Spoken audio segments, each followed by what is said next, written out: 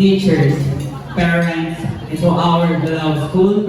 The key of responsibility represents more than the position. It symbolizes trust, dedication, and commitment. Hi! Ganda.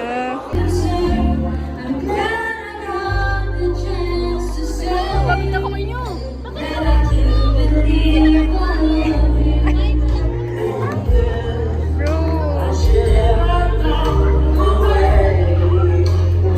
One eternity later.